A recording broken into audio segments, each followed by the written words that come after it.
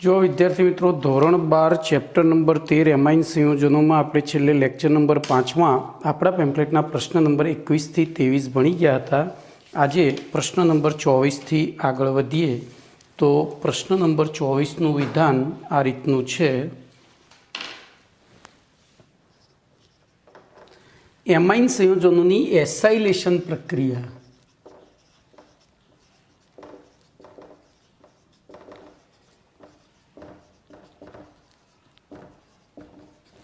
प्रक्रिया समझाओ। बोलो शू लखीशू आ प्रश्नना जवाब में, कारण के ज्यां सुधी तमे प्रश्नमांथी जवाब शोधता नहीं सीखो त्यां सुधी तमने 12 सायन्स अघरू पढ़वानुं ज छे अने एमां खास करीने केमिस्ट्री में बधुं सरखुं देखाशे। तो जो हूँ तमने अहींया प्रश्नमांथी जवाब शोधता शीखवाडुं। एमाइन एटले 3 प्रकारना एमाइन थाय। आपणे 3 लखी देवाने। एसाइलेशन एटले COCH3 समूह दाखल करवानी प्रक्रिया। बोलो कंप्लीट। तो हवे COCH3 समूह होय एवा संयोजनोनी आमनी साथे प्रक्रिया करीए तो जो COCH3 समूह होय एवा 3 संयोजनों आपणी पासे छे। COCH3X एटले के अहींया जनरली आपणे क्लोरीन वापरीए छीए एटले एसिटाइल क्लोराइड लखीशुं। पछी CH3COOCOCH3 એટલે કે એસિટિક એનહાઇડ્રાઇડ અને CH3C ડબલ બોન્ડ OR અહીંયા કોઈ પણ R લઈ શકાય, પણ જેમ R માં કાર્બનની સંખ્યા વધતી જાય એમ સ્થિરતા વધતી જાય એટલે આપણે ઓછામાં ઓછા કાર્બનવાળું અહીંયા CH3 જ લઈશું। તો જો અહીંથી આ અને અહીંથી આ બંધ તૂટે તો આપણને ત્રણેય જગ્યાએ શું મળે છે? આપણને આ સમૂહ મળે છે। હવે પાછું અહીંયા આવીએ તો ટૂંકમાં એમાઇન સંયોજનોની એસિટાઇલ ક્લોરાઇડ અથવા એસિટિક એનહાઇડ્રાઇડ અથવા તો મિથાઇલ એસિટેટ સાથે પ્રક્રિયા કરવામાં આવે અથવા તો આલ્કાઇલ એસિટેટ સાથે પ્રક્રિયા કરવામાં આવે ત્યારે હવે અહીંયા આવીએ। બોલો અહીંયાથી આ Cl ગયો જે છૂટો પડે અને અહીંથી કંઈક તો લેવું પડશે ને। તો એમાઇન સંયોજનોમાં સરળતાથી છૂટો પડે એવો નાઇટ્રોજન પરમાણુ સાથેનો હાઇડ્રોજન છે। कार्बन साथेनो हाइड्रोजन नहीं छूटो पड़े कारण के कार्बन और हाइड्रोजन की विद्युत ऋणता समान है। तो अहींया खेचमताणी चाले छे, ज्यां संप त्यां जंप। अहींया संप है, संप है एटले अहींया आ सहेलाईथी आ बंध नहीं तोड़ी शकाय। अहींया खेचमताणी चाले छे, नाइट्रोजन इलेक्ट्रॉन ने पोतानी तरफ आकर्षी रह्यो छे तो आ हाइड्रोजन जशे। तो जो आरो प्रक्रिया आपशे, अहींया नाइट्रोजन है एटले आ आपशे, पण अहींया नाइट्रोजन नथी तो आ नहीं आपे। तो बोलो आपणो परिचयनुं विधान शुं लखीशुं? पछी बधुं आमांथी लखवानुं छे। तो बोलो परिचयनुं विधान लखाय शुं लखाय? केटलाने आवड्युं? तो परिचयनुं विधान लखाय एलिफेटिक अथवा एरोमेटिक। एलिफेटिक अथवा एरोमेटिक अहींया कोई पण होय चाले। प्राथमिक अने द्वितीयक, प्राथमिक अथवा द्वितीयक अथवा लखीशुं द्वितीयक एमाइन संयोजनोनी। बोलो कोनी साथे प्रक्रिया करता? तो एसिटाइल क्लोराइड अथवा एसिटिक एनहाइड्राइड अथवा बोलो कोनी साथे? तो एस्टर संयोजनों। एस्टर संयोजनों में आपणे फाइनली CH3COOR एस्टर संयोजनों बराबर साथे प्रक्रिया करता। जो हवे ध्यानथी आपणे बधुं ज आम सामेवाळो जो होशियार माणस होय अने विचारतो होय, चेक करता वाँचतो होय तो आपणे बधुं ज विचारवानुं। बोलो RNH अने अहींया RCOCl हूँ आटલું જ લઉં છું। बोलो અહીંથી આ ડબલ બોન્ડ છે એટલે આ ઇલેક્ટ્રોન યુગ્મ અહીંયા ગયું, આ માઇનસ આ પ્લસ। બોલો આ ઇલેક્ટ્રોન યુગ્મ અહીંયા ગયું, આ માઇનસ આ પ્લસ। તો આ બેમાંથી અહીંયા હુમલો કોણ કરે છે? વિચારો। તો હુમલો આ કરશે। हमेशा ऋण वीजभार धन वीजभार तरफ आकर्षाय, आटलू याद रखो। हवे तमे साहेब एवुं कहेता था कि जे ओछो सक्रिय होय તો એ થશે, આરઓએ શું કરશે, આને આકર્ષશે. જોજો અહીંયા એક MCQ છુપાયેલો છે એટલે હું આ માથાકૂટ કરું છું. બોલો, એવું કે એમાઇન સંયોજનોની એસિટાઇલેશન પ્રક્રિયામાં એસાઇલેશન પ્રક્રિયામાં એમાઇન સંયોજન કઈ રીતે વર્તે છે? તો કઈ રીતે વર્ત્યા બોલો? તો કેન્દ્રાનુરાગી તરીકે. કઈ રીતે? અને આ કઈ રીતે વર્ત્યા? તો એ શેના, એને તો આની ઉપર હુમલો કર્યો ને, તો એ ઇલેક્ટ્રોન અનુરાગી તરીકે વર્ત્યા. તો આ એક MCQ શીખવાડવા માટે તો શું લખીશું બોલો? તો અહીંયા લખાય, હું અહીંયા જગ્યા કરું છું, કરતા એમાઇન સંયોજનો કેન્દ્રાનુરાગી વિસ્થાપન પ્રક્રિયક તરીકે અને બોલો, તો આપણે અહીંયા તો ગમે તે વાપરીએ છીએ, તો તરીકે વર્તે છે, કેન્દ્રાનુરાગી પ્રક્રિયક તરીકે વર્તે છે અને અનુવર્તી એમાઇન સંયોજનનો એસિટાઇલ વ્યુત્પન્ન આપે છે. બોલો, આટલું લખવાનું છે. આ પ્રક્રિયાને પછી ઉપરનું એમાઇન સંયોજનની એસાઇલેશન પ્રક્રિયા કહે છે.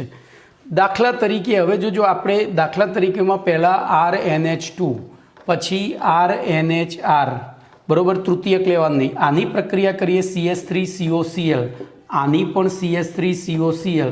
બોલો, નિપજ તરીકે શું મળશે? તો RNHCOCH3. અહીંયા એસિટાઇલ વ્યુત્પન્ન કરતા દ્વિતીયક એમાઇડ અનુવર્તી એમાઇડ, આ એમાઇડ બની ગયું. શું બની ગયું? તો અનુવર્તી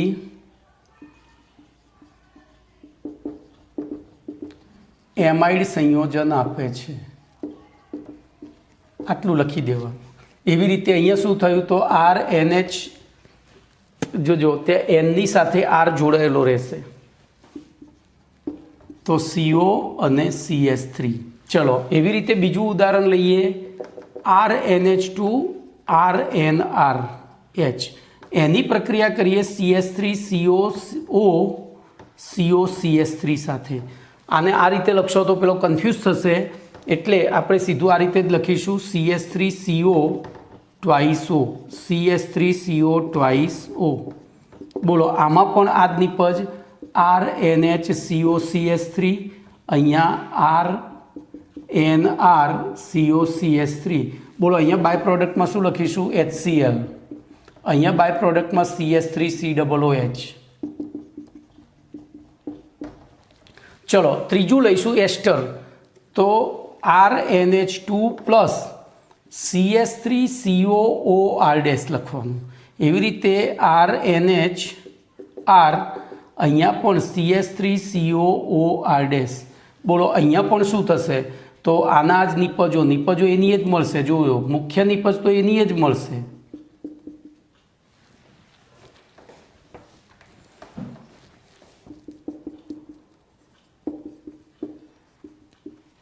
અને અહીંયા મળશે R-OH, અહીંયા પણ R-OH. બોલો, કમ્પ્લીટ, ક્લિયર? હવે જો આમાંથી MCQ પૂછાય. બોલો, પ્રાથમિક એમાઇનની એસાઇલેશન પ્રક્રિયા કરીએ ત્યારે શું પ્રાપ્ત થાય છે? ધ્યાનથી જુઓ તો ત્યારે શું પ્રાપ્ત થાય? તો એમાઇન સ્વરૂપને એમાઇન સંયોજનને અનુરૂપ N આલ્કાઇલ વિસ્થાપિત એસિટેમાઇડ મળે. આ એસિટેમાઇડ છે, એમાંથી એક હાઇડ્રોજનનું અહીંયા ઊંધું નામકરણ થઈ જાય. બરોબર, શું મળે છે? તો દ્વિતીયક એસિટેમાઇડ મળે. પ્રાથમિક લઈએ ત્યારે દ્વિતીયક એસિટેમાઇડ, દ્વિતીયક લઈએ ત્યારે તૃતીયક એસિટેમાઇડ મળે છે. શું મળે છે? એ તો બધામાં જોઈ લો. હવે અહીંયા તમારે પાછા 2-3, આ તો આપણે કોમન ઉદાહરણ આપ્યા. હવે એક ઉદાહરણ પહેલાં આપવાના. તો આ આપણે જે આ દાખલા તરીકે નથી, આ તો આપણે ઉપરની જે પ્રક્રિયાઓ છે એ જ લખી. હવે ઉદાહરણ લખીએ તો ધ્યાન અહીંયા રાખજો.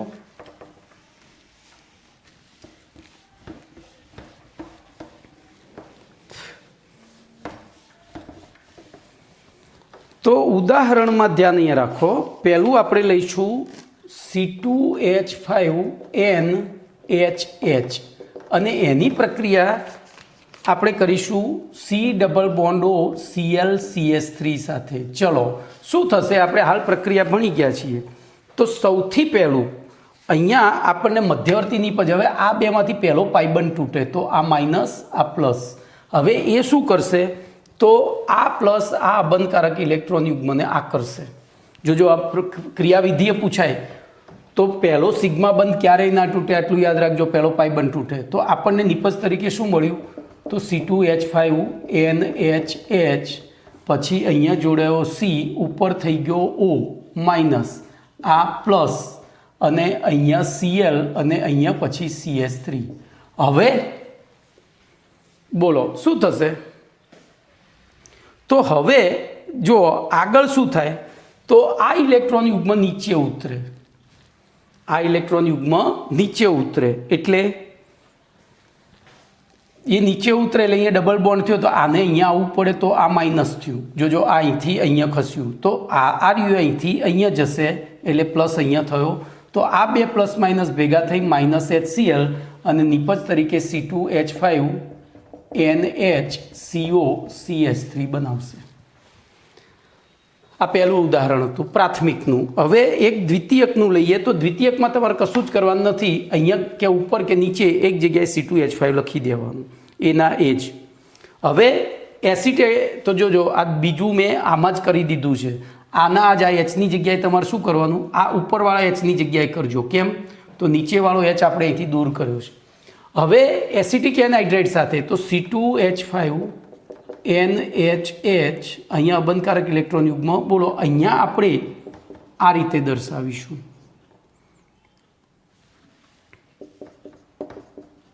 એસિટિક એનહાઇડ્રાઇડને આ રીતે દર્શાવીશું.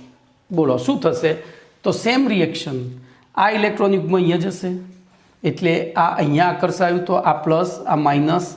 બોલો શું બન્યું, તો C2H5NHH, અહીંથી C⋯O CH3 અને અહીંયા OCOCH3. ચલો આ પ્લસ હતો, આ માઇનસ હતો. હવે આ ઇલેક્ટ્રોન યુગ્મ અહીંયા ડબલ બોન્ડ નહીં, સિંગલ બોન્ડ. અહીંયા આ ઇલેક્ટ્રોન યુગ્મ નીચે ઉતરે એટલે આ અહીંયા જતું રહ્યું, એટલે આ માઇનસ અહીંયા શિફ્ટ થયો. અહીંથી આ ઇલેક્ટ્રોન યુગ્મ અહીંયા ગયો એટલે આ પ્લસ શિફ્ટ થયો. તો આટલું ભેગું થઈ અને આપણને અંતિમ નિપજમાં અહીંયા માઇનસ CH3 C⋯OH અને અંતિમ નિપજ તરીકે C2H5 NH C⋯O CH3 પ્રાપ્ત થશે. બોલો કમ્પ્લીટ. તો આમ આ ત્રણ ઉદાહરણ આપવાના. પહેલું, પછી બીજામાં અહીંયા એચની જગ્યાએ C2H5 લખી નાખવાનું, અને ત્રીજામાં એસિડ એનહાઇડ્રાઇડ વડે, બરાબર, એસિટિક એનહાઇડ્રાઇડ વડે. તો અહીંયા તમારો 24મો પ્રશ્ન પૂરો. હવે 25મા તરફ આગળ વધીએ. તો પ્રશ્ન નંબર 25નું વિધાન છે, એમાઇન સંયોજનોની બેન્ઝોઇલેશન પ્રક્રિયા સમજાવો. બોલો આનો જવાબ પણ આપણે પ્રશ્નમાંથી જ કાઢવો પડશે. આનો જવાબ પણ પ્રશ્નમાંથી જ કાઢવો પડશે. બોલો શું કરીશું, તો એમાઇન સંયોજન RNH2 RNHR અને RNRR, બરોબર. બેન્ઝોઇલેશન એટલે બેન્ઝીન ઉપર COCl. જોજો એસિટિલેશન હતું એટલે CH3 ઉપર COCl હતું, એસાઇલેશન અથવા એસિટિલેશન. તો એવી જ રીતે ફિનાઇલની જગ્યાએ મિથાઇલની જગ્યાએ તમે ફિનાઇલ કરી દો એટલે બેન્ઝોઇલેશન થાય. તો બોલો હવે મારે કંઈ સમજાવવાનું રહ્યું, શું લખવાનું આમાં, તો તૃતીયક નહીં દર્શાવે. તો બોલો પરિચયમાં શું લખીશું, તો એલિફેટિક અથવા એરોમેટિક, આગળના જ પ્રશ્નનો પરિચય, આગળના જ પ્રશ્નનો પરિચય લખાય એલિફેટિક અથવા એરોમેટિક, પ્રાથમિક અથવા દ્વિતીયક એમાઇન સંયોજનની બેન્ઝોઇલ ક્લોરાઇડ સાથે, બેન્ઝોઇલ ક્લોરાઇડ એટલે જોજો બેન્ઝાઇલ, આમાં હું પીએચ લખીશ અથવા સી, ચલો ને પેલું જ લખું. બેન્ઝોઇલ એટલે C6H5COCl અને C6H5CH2Cl. ખાલી એક માત્રા વધી એમાં આખું બંધારણ બદલાઈ ગયું. એટલે બેન્ઝોઇલ અને બેન્ઝાઇલ બે યાદ રાખજો, બેન્ઝોઇલ અને બેન્ઝાઇલ. તો બેન્ઝોઇલ ક્લોરાઇડ સાથે પ્રક્રિયા કરતા પ્રાથમિક અથવા દ્વિતીયક એમાઇન, બોલો, કેન્દ્રાનુરાગી પ્રક્રિયક તરીકે વર્તી વિસ્થાપન પ્રક્રિયા કરી, બોલો, અનુવર્તી શું આપશે? અનુવર્તી એન વિસ્થાપિત બેન્ઝેનેમાઇડ આપે છે. શું આપે છે? બેન્ઝેનેમાઇડ આપે છે. પતી ગયું અનુવર્તી. તો આપણે અહીંયા ઉદાહરણ, દાખલા તરીકે સીધું ઉદાહરણ લઈશું. CH3NH2 plus ClCO6H5. હવે બીજું બહુ કરવાની જરૂર નથી, અહીંથી H ને Cl ઉડાડી મારો, -HCl. તો CH3NHCO6H5, અહીંયા નામ લખી નાખો, N મિથાઇલ બેન્ઝેનેમાઇડ, N મિથાઇલ બેન્ઝેનેમાઇડ. બોલો, કમ્પ્લીટ. તો આટલું આ પ્રક્રિયાને આપે છે, અહીંયા લખવાનું, આ પ્રક્રિયાને એમાઇન સંયોજનોની બેન્ઝોઇલેશન પ્રક્રિયા કહે છે. ચલો, એના પછી 26મો પ્રશ્ન. એ પણ જવાબ શેમાં હોય? પ્રશ્નમાં. શેમાં હોય?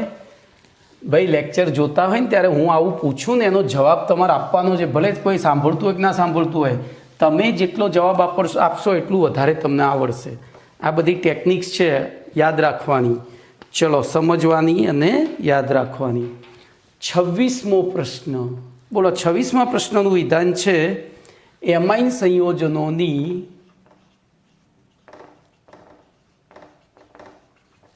કાર્બોક્સિલિક એસિડ સાથેની પ્રક્રિયા.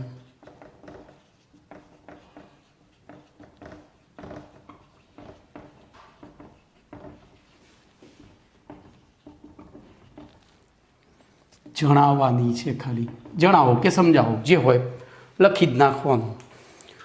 તો ધ્યાન રાખજો. હવે હું તમને એક વસ્તુ, એક કારણ શીખવાડવા જઈ રહ્યો છું, બરોબર?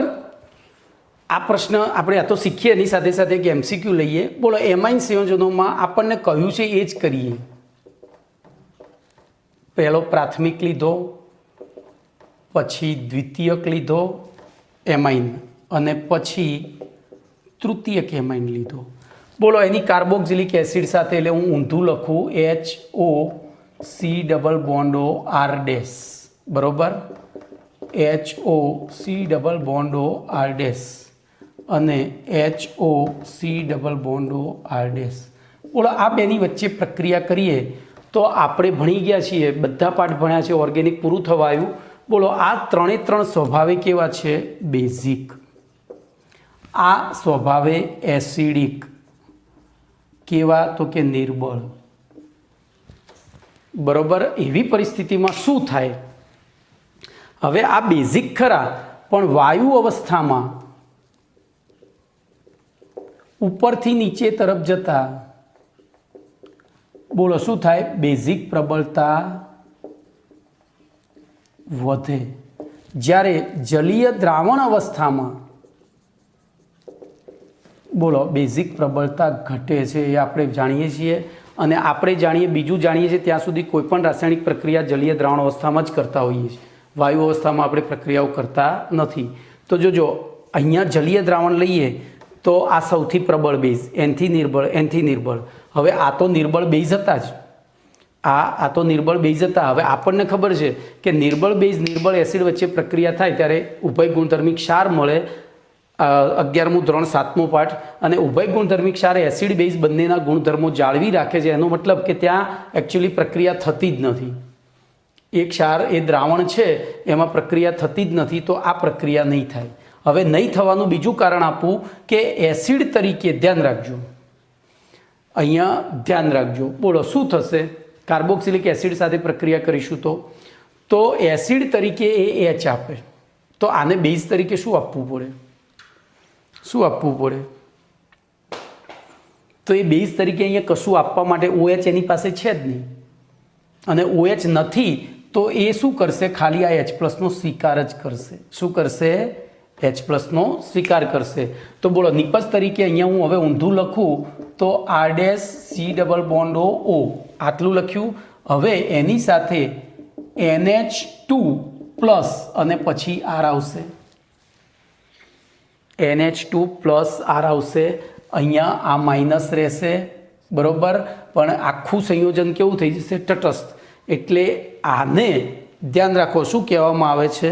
તો કાર્બોક્સિલિક એસિડનો N વિસ્થાપિત એમોનિયમ ક્ષાર કહેવાય.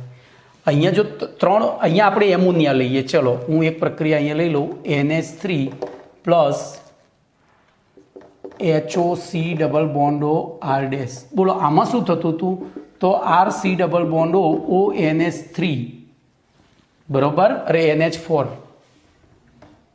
NH4 પ્લસ બનતો હતો. અહીંયા મારે ભૂલ થઈ છે ભાઈ, 3 આવશે. આ H અહીંયા ગયો ને, તો આ જે મળતો તો એને કાર્બોક્સિલિક એસિડનો એમોનિયમ ક્ષાર કહેવાય. તો અહીંયા પણ શું કહેવાય? કાર્બોક્સિલિક એસિડનો N વિસ્થાપિત એમોનિયમ ક્ષાર. શું કહેવાય? કાર્બોક્સિલિક એસિડનો N વિસ્થાપિત, બરોબર. તો બોલો હવે આપણે પ્રક્રિયા લખીશું. આ મેં તમને સમજૂતી આપી એવી રીતે. બોલો અહીંયા શું થશે? તો RC∼ONH2 પ્લસ અહીંયા 2 અને 2 R આવશે, કારણ કે અહીંયા 2 R છે. એવી રીતે અહીંયા શું થશે?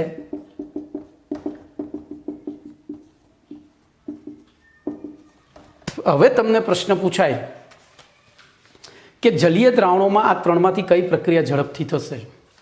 તો જલીય દ્રાવણમાં આ સૌથી ઝડપી થાય, વાયુ અવસ્થામાં આ સૌથી ઝડપી થાય. ખબર પડી? આ મેં તમને રાસાયણિક ગતિકીમાંથી પ્રશ્ન બનાવી આપ્યો, ઓર્ગેનિક અને રાસાયણિક ગતિકીનું મિશ્રણ કરી આપ્યું. તો જો અહીંયા હવે આપણે લખાણ લખીએ. આ પ્રશ્નનું બધું સમજી ગયા છીએ, હવે લખાણ લખીએ. બોલો શું લખીશું? તો એલિફેટિક અથવા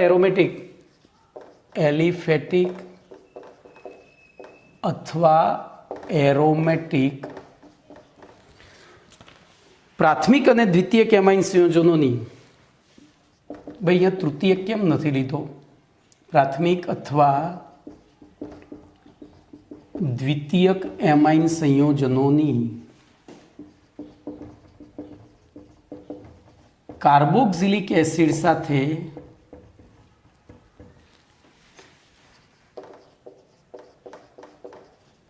પ્રક્રિયા કરવામાં આવે ત્યારે, જો હવે બીજી વસ્તુ તમને કહું, 11મું ધોરણ 7મો પાઠ, ત્યાં આપણે ભણી ગયા હતા પ્રબળ એસિડ પ્રબળ બેઝ વચ્ચે પ્રક્રિયા થાય તો ક્ષાર અને પાણી બને. જો પ્રબળ એસિડ પ્રબળ બેઝ વચ્ચે પ્રક્રિયા થાય તો ક્ષાર અને પાણી બને. પછી નિર્બળ એસિડ પ્રબળ બેઝ વચ્ચે પ્રક્રિયા થાય તો પણ ક્ષાર અને પાણી બને. પણ બે નિર્બળ હોય તો માત્ર ક્ષાર મળે.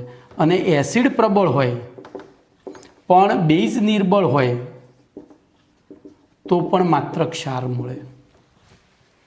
ખબર પડી? આ યાદ રાખજો. પાણી તો બેઝ પ્રબળ હોય તો જ મળે, બાકી ના મળે. બેઝ પ્રબળ હોય તો પાણી મળે, બાકી ના મળે. ઓકે, તો ત્યારે શું થાય છે? તો જો આ એક તટસ્થીકરણ પ્રક્રિયા છે, એટલે આ પ્રક્રિયા કરવા માટે ઓરડાનું તાપમાન જ લેવાનું થાય. તો ઓરડાના તાપમાને પ્રક્રિયા કરવામાં આવે ત્યારે તટસ્થીકરણ પ્રક્રિયા થઈને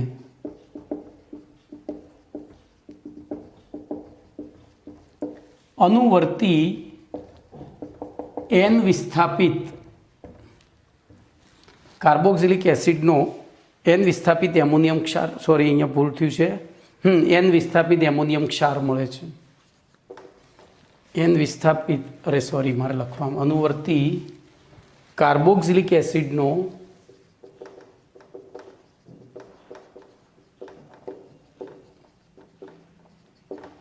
એન વિસ્થાપિત એમોનિયમ ક્ષાર મળે છે. આટલું લખવું પડે. અને પછી બે ઉદાહરણ આપી દેવાના, મેં હમણાં આપ્યા હતા જ. બોલો, RnH2 plus RCOOH gives RCOONH3R, અહીંયા પ્લસ આ માઇનસ, બરાબર. એ પ્લસ માઇનસ નહીં લખો તો એ ચાલશે. એવી રીતે બીજું લઈ લો, RnHR તો RCOOH તો RCOO માઇનસ, અહીંયા NHRR આ પ્લસ. તો પ્રાથમિક લઈએ ત્યારે બોલો એન આલ્કાઇલ મળે, જ્યારે દ્વિતીયક લઈએ ત્યારે NN ડાય આલ્કાઇલ મળે, ડાય વિસ્થાપિત મળે. હવે આ પ્રક્રિયામાં બોલો તૃતીયક કેમ નથી લીધો? તો મેં હમણાં કહ્યું એમ આપણે જલીય દ્રાવણોમાં પ્રક્રિયા કરીએ છીએ, જલીય દ્રાવણોમાં તૃતીયક એમાઇન અતિ નિર્બળ બેઝ તરીકે વર્તે, એટલે કે પ્રક્રિયા થતી નથી. તૃતીયક કેમ નથી લીધો તો એનું કારણ તમને આપી દીધું છે. ઓકે, ચલો એના પછીનો પ્રશ્ન જોઈએ, પ્રશ્ન નંબર 27.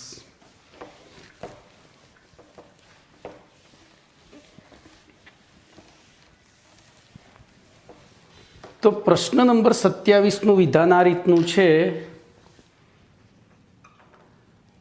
એમાઇન સંયોજનોની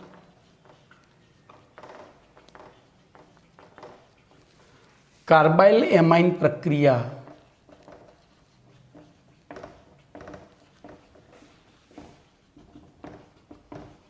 જણાવો. બરાબર, અહીંયા હું કંઈક લખું છું, તમે સમજી ગયા. તમે સમજી ગયા. કેમ? તો આમાં આપણને પ્રશ્ન ઉપરથી કોઈ જ માહિતી મળતી નથી, એટલે આપણે આ નોલેજનો ક્વેશ્ચન થયો. આગળના નોલેજનો ઉપયોગ કરીને જો જવાબ આપવાનો હોય તો સમજનો પ્રશ્ન થાય, જ્યારે અહીંયા તો આગળના નોલેજનો કોઈ ઉપયોગ થાય એવો છે જ નહીં. એટલે આ કેવો પ્રશ્ન થઈ ગયો? તો નોલેજનો. અને નોલેજ પહેલી વખત તો તમારે યાદ રાખવું પડે.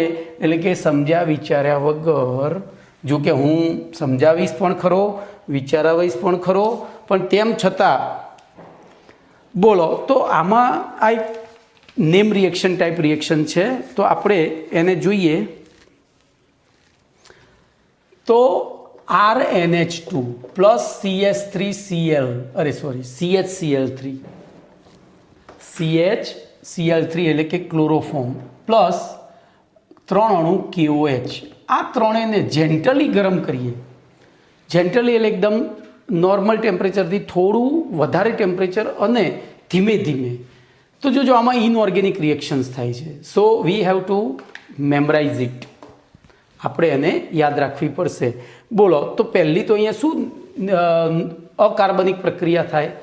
તો 3K, જો અહીંયા હું બધું અલગ લખી નાખું, C plus H plus 3Cl, પછી 3K પ્લસ 3OH ભેગું રાખું છું. અહીંયા R plus N plus NH2, અરે H2 2H એમ 2H. આખી પ્રક્રિયા મેં જુદી પાડી દીધી. તો સૌથી પહેલાં 3K 3Cl લઈને જતા રહ્યા. બોલો -3KCl. પછી ઇનઓર્ગેનિક પહેલી થાય તો 3OH 1H અને 2H લઈને જતા રહ્યા, -3H2O. બોલો શું વધ્યું? RN અને C. તો નિપજ તરીકે RN. હવે જોજો આરની સાથે N જોડાયેલો છે એટલે એ બંધ તો તૂટ્યો નથી. આપણે તો ખાલી કલ્પના કરી. આ નહોતો જોડાયેલો, એ બંધ નવો બને તો ટ્રિપલ બોન્ડ C. આને કહેવાય આઇસોસાયનાઇડ અથવા તો કાર્બાઇલ એમાઇન. આને શું કહેવાય? કાર્બાઇલ એમાઇન, બરોબર, અથવા આઇસોસાયનાઇડ. અહીંયા પ્લસ કરીને 3KCl પ્લસ 3H2O લખી નાખવાના. તો આ થઈ ગઈ તમારી કાર્બાઇલ એમાઇન પ્રક્રિયા. હવે બોલો લખાણમાં શું લખીશું?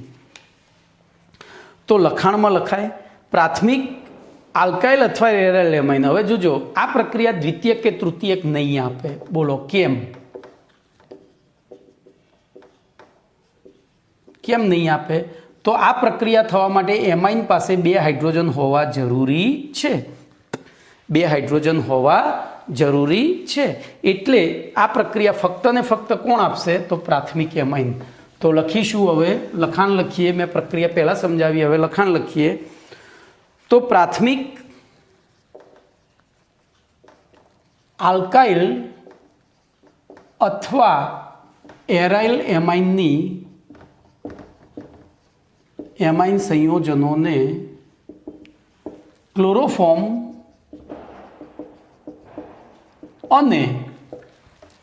ક્લોરોફોર્મ અને ઇથેનોલીય પોટેશિયમ હાઇડ્રોક્સાઇડ, જોજો ઇથેનોલીય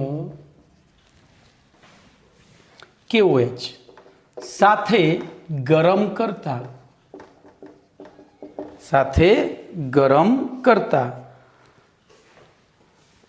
અનુવર્તી એમાઇન સંયોજનને અનુવર્તી, બોલો આઇસોસાયનાઇડ અથવા આઇસોનાઇટ્રાઇલ અથવા કાર્બાઇલ એમાઇન સંયોજન પ્રાપ્ત થાય છે. આ પ્રક્રિયાને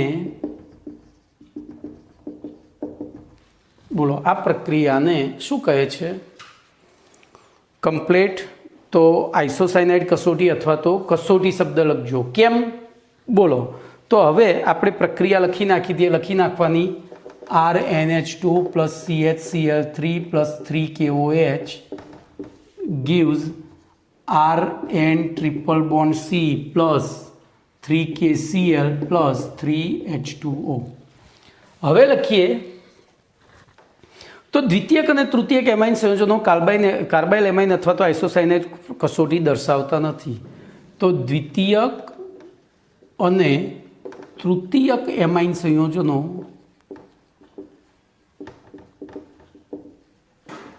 આ પ્રક્રિયા દર્શાવતા નથી. આથી હવે જોજો, વળી RN ટ્રિપલ બોન્ડ C એટલે કે આઇસોસાયનાઇડ સંયોજન એ અતિ ખરાબ વાસ ધરાવતું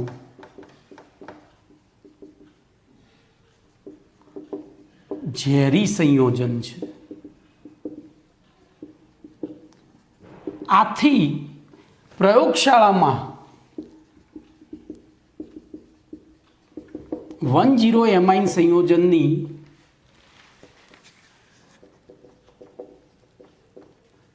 પરખ કરવા માટે આ પ્રક્રિયા ઉપયોગી છે. જોજો કઈ રીતે? તો તમને આપેલું જોજો, પ્રાથમિક, દ્વિતીય અને તૃતીયક એમાઇન એકબીજાના એક જ સમૂહો છે, ખાલી આમાં હાઇડ્રોજનનું વિસ્થાપન આલ્કાઇલ સમૂહ વડે થયું છે અથવા તો એરાઇલ સમૂહ વડે થયું છે. એટલે તો ત્રણેયની રાસાયણિક પ્રક્રિયાઓ એક સરખી હશે. તો પછી તમને આપેલું એમાઇન સંયોજન પ્રાથમિક છે, દ્વિતીયક છે કે તૃતીયક છે, બોલો એ નક્કી કરવા માટે તમારે આ કસોટી કરવાની. હવે આ જે સંયોજન ઉત્પન્ન થાય છે એ અતિ ખરાબ વાસ ધરાવતું ઝેરી સંયોજન છે. અને એના કારણે શું થાય? એ જે આપણે પ્રયોગ કરીએ અને જો આ સંયોજન બને અને ખરાબ વાસ આવવા લાગે તો આપણને ખબર પડી કે ભાઈ આઇસોસાયનાઇડ બન્યું. આઇસોસાયનાઇડ ક્યારે બને? જો લીધેલું એમાઇન સંયોજન પ્રાથમિક હોય તો, બાકી નહીં. બરોબર? તો આમ આ કાર્બાઇલ એમાઇન કસોટી, હવે જોજો આ પ્રશ્ન ફેરવીને પણ પૂછાય. કઈ રીતે? તો પ્રયોગશાળામાં પ્રાથમિક એમાઇનની પરખ કસોટી જણાવો. પ્રયોગશાળામાં પ્રાથમિક એમાઇનની પરખ કસોટી જણાવો. પતી ગયું? તો આટલું લખવાનું છે આ પ્રશ્નમાં. હવે એનાથી આગળ જઈએ. પ્રશ્ન નંબર 28.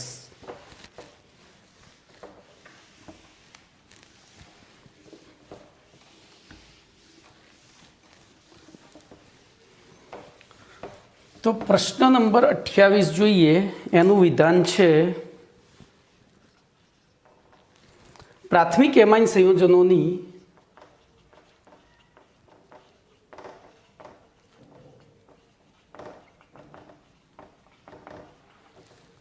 નાઇટ્રસ એસિડ સાથેની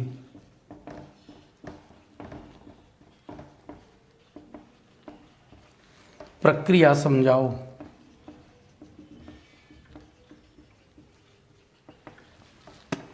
બરોબર, પ્રાથમિક એમાઇન સંયોજનોની નાઇટ્રસ એસિડ સાથેની પ્રક્રિયા સમજાવો. તો જોજો આ પ્રશ્નમાં સૌથી પહેલું નાઇટ્રસ એસિડ એટલે શું એ સમજવું પડે. બોલો નાઇટ્રિક એસિડ એટલે શું? તો નાઇટ્રિક એસિડ એટલે HNO3, જ્યારે નાઇટ્રસ એસિડ એટલે HNO2. હવે આ અસ્થાયી છે. કેવું છે? અસ્થાયી. એટલે આપણે એને પ્રયોગ પાત્રમાં જ બનાવવું પડે, પ્રયોગશાળામાં પ્રયોગ પાત્રમાં જ બનાવવું પડે. તો બોલો પહેલું વિધાન શું લખીશું? તો નાઇટ્રસ એસિડ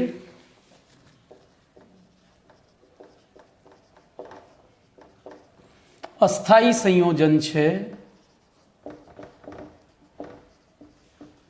આથી પ્રયોગશાળામાં પ્રયોગપાત્રમાં જ, હવે આને કહેવાય સ્વસ્થાને. જે પ્રક્રિયક આપણે પ્રયોગપાત્રમાં જ બનાવતા હોય એને સ્વસ્થાને પ્રક્રિયક કહે છે. તો પ્રયોગપાત્રમાં જ NaNO2 સોડિયમ નાઇટ્રેટ NaNO2 અને HCl વચ્ચેની પ્રક્રિયા દ્વારા બનાવવામાં આવે છે. પ્રક્રિયા દ્વારા બનાવવામાં આવે છે. બરોબર. NaNO2 HCl વચ્ચેની 0 થી 5 ડિગ્રી, એ યાદ રાખજો, 0 થી 5 ડિગ્રી વચ્ચે તાપમાને આ બનાવવામાં આવે છે. કારણ કે એનાથી ઊંચા તાપમાને પાછો પેલો શું છે, વચ્ચે 0 થી 5 અંશ સેલ્સિયસ તાપમાને પ્રક્રિયા કરી બનાવવામાં આવે છે. બોલો આમાંથી એક MCQ બીજો મળ્યો. નીચેના પૈકી કયો પ્રક્રિયક સ્વસ્થાને પ્રક્રિયક છે? તો કયો પ્રક્રિયક? Nitrous acid. કરી આખું જ લખવું એટલે તમને MCQ. તો નાઇટ્રસ એસિડ એટલે કે HNO2 બનાવવામાં આવે છે. બોલો પહેલો એક MCQ મળી ગયો. નીચેના પૈકી કયો પ્રક્રિયક સ્વસ્થાને પ્રક્રિયક છે? એટલે જે પ્રક્રિયા પાત્રમાં જ બનાવવામાં આવતો હોય તો HNO2 સ્વસ્થાને પ્રક્રિયક છે. હવે પ્રાથમિક, દ્વિતીયક અને તૃતીયક એમાઇન સંયોજનો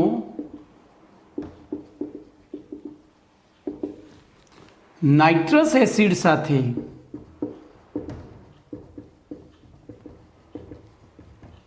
જુદી જુદી રીતે પ્રક્રિયા કરી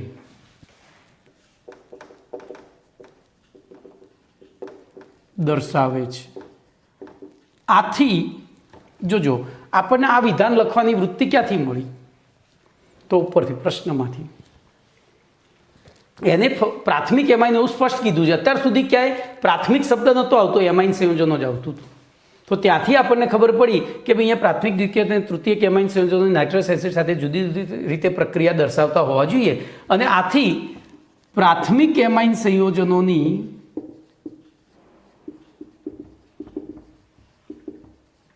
નાઇટ્રસ એસિડ સાથેની પ્રક્રિયા નીચે પ્રમાણે સમજાવી શકાય છે.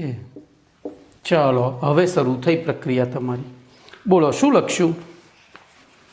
તો હવે ટાઇટલ આપો. આ રીતે ટાઇટલ આપીને લખાય તો પ્રાથમિક એમાઇનની તો આપણે સીધું પહેલી પ્રક્રિયા જ લખીએ ને, એટલે પછી શું લખવાનું છે તમને ઓટોમેટિક આવડી જાય. બોલો HNO2. હવે HNO2 તો સીધો બનતો નથી એટલે HNO2 સીધો ના લખાય. શું લખવું પડશે? અહીંયા લખવું પડે HNO2, અહીંયા NaNO2 પ્લસ HCl અને 0 થી 5 અંશ સેલ્સિયસ તાપમાન. 0 થી 5 અંશ સેલ્સિયસ તાપમાન. બોલો અહીંયા આપણને આ યાદ રાખી લેવાની છે, આગળ છે ને નેમ રિએક્શન જારીએ, અત્યારે હાલ પણ આગળ જશો એટલે નેમ રિએક્શન થઈ જશે, એટલે આપણે એને યાદ જ રાખી લેવાની RN2Cl, બરોબર, RN2Cl, એમાં N2 ઉપર પ્લસ ને Cl માઇનસ. હવે જો આ પ્રક્રિયા કેવી રીતે થાય છે તમને સમજાવું. તો HNO2 આ બેની પ્રક્રિયા દ્વારા બન્યો છે, HNO2 એ બેની પ્રક્રિયા દ્વારા બન્યો છે, બરોબર. બોલો આ બેની પ્રક્રિયા દ્વારા H અહીંયા આવી ગયો તો વત્તા NaCl થાય, આપણને પ્રક્રિયા અહીંયા કન્ફ્યુઝ કરી નાખે છે, NaCl થાય, બરોબર. તો NaCl હવે શું કરશે, તો એકચ્યુઅલી અહીંયા આપણે આને સીધી જ કોની સાથેની પ્રક્રિયા કરીશું, આ તો આપણે ખાલી લખવા ખાતર લખ્યું, કારણ કે સીધી પ્રક્રિયા આની સાથે થાય, તો RNH2 plus NaNO2 plus HCl gives, બોલો સૌથી પહેલું અહીંયા શું બનશે, તો H2 અને 2 O2, પછી અહીંયા H, એટલે 3 H થયા ને.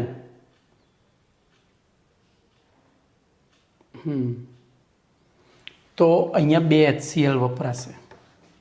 જો હું આખી પ્રક્રિયા જુદી કરીને તમને સમજાવું,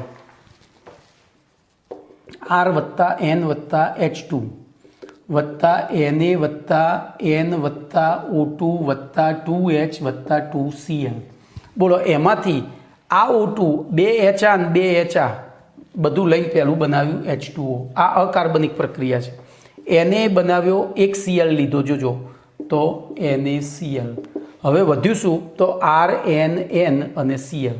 તો R આ રીતનું બંધારણ થાય, RN ટ્રિપલ બોન્ડ NCl, એમાં આ માઇનસ ને આ પ્લસ થાય. બોલો કમ્પ્લીટ. આ ઇનઓર્ગેનિક રિએક્શન છે એટલે આ પણ શું છે, SVGM. તો આ રીતે વિચારશો તો ખોટું નહીં પડે. કમ્પ્લીટ. તો આપણને આ રીતે RN2Cl પ્રાપ્ત થાય છે પહેલા તબક્કે. પણ આ N2Cl જો અંદર પાણી બન્યું હતું, H2O બન્યો હતો, એ H2Oની હાજરીમાં પાછું જળ વિભાજન પામે, કારણ કે એ અસ્થાયી છે, 0 થી 5 ડિગ્રી સુધી સ્થાયી. પણ જો આપણે 5 ડિગ્રીથી ઊંચું તાપમાન, અહીંયા મેં એટલે જ ચોપડીમાં નથી દર્શાવ્યું, ઊંચું તાપમાન હોય ત્યારે શું થાય, તો આ HCl લઈને જતો રહ્યો, માઇનસ HCl. બોલો અહીંયા RN ટ્રિપલ બોન્ડ NClમાં આ નટુ છે, પણ નટુને બે બાજુથી 2 જણે પકડી રાખ્યો હતો. એક બાજુથી જેવો ક્લોરીન ભાગ્યો, નટુ કે હું નાઠો, નટુ કે હું નાઠો, તો વધ્યું શું, ROH. શું વધ્યું, ROH. તો આ એલિફેટિકની થઈ, એલિફેટિક પ્રાથમિક એમાઇનની. તો બોલો લખાણમાં શું લખીશું, તો એલિફેટિક પ્રાથમિક એમાઇન સંયોજનોની નાઇટ્રસ એસિડ સાથે પ્રક્રિયા કરતા અનુવર્તી એલિફેટિક ડાયઝોનિયમ ક્ષાર, આ એલિફેટિક ડાયઝોનિયમ ક્ષાર કહેવાય. અને એનું પછી સ્વયં જળ વિભાજન થઈ, આ ડાયઝોનિયમ ક્ષાર અસ્થાયી હોય, એ 0 થી 5 ડિગ્રી જ સ્થાયી હોય, પણ આપણું ટેમ્પરેચર, રૂમ ટેમ્પરેચરે આપણે જો પ્રક્રિયા કરીએ તો એ અસ્થાયી થાય, અને પ્રક્રિયા દરમિયાન ઉત્પન્ન થતા પાણી સાથે પ્રક્રિયા કરી અને આલ્કોહોલ બનાવે છે, અનુવર્તી આલ્કોહોલ પ્રાપ્ત થાય છે. હવે આ પ્રક્રિયા દરમિયાન નાઇટ્રોજન ઉત્પન્ન થાય છે.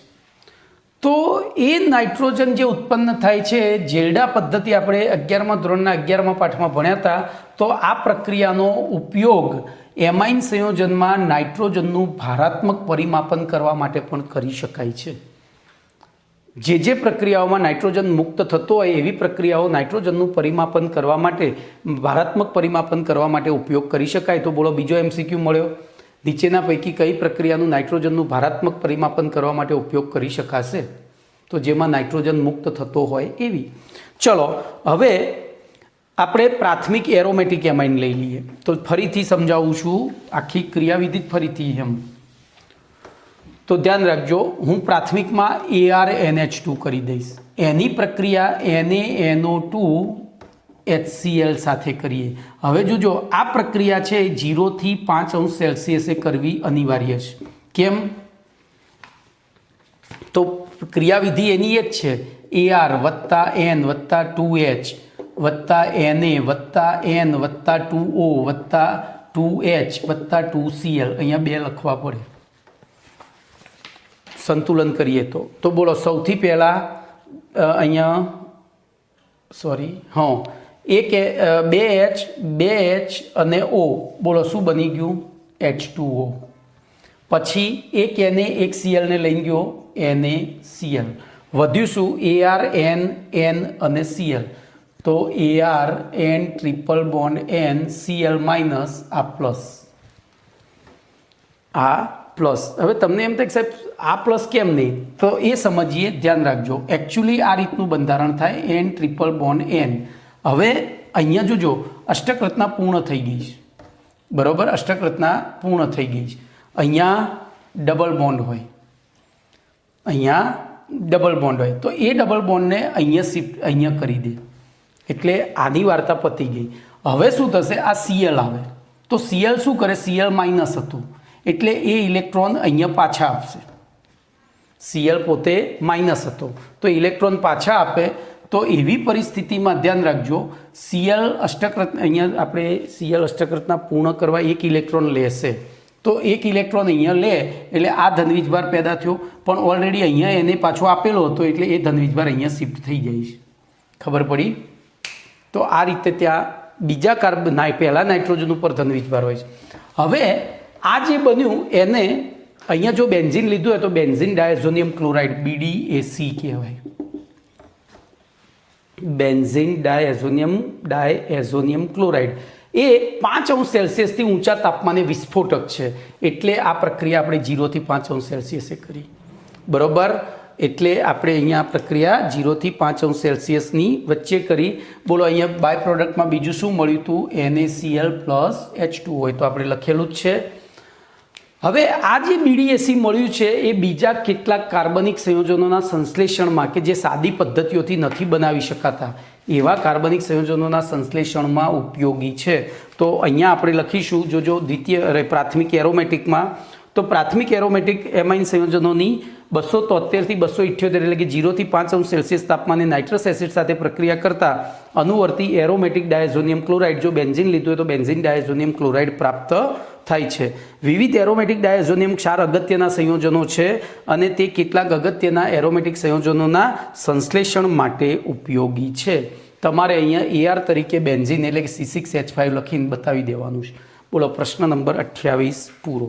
પ્રશ્ન નંબર 28 પૂરો. અને એની સાથે આપણે લેક્ચરને પણ વિરામ આપીશું. ઓકે.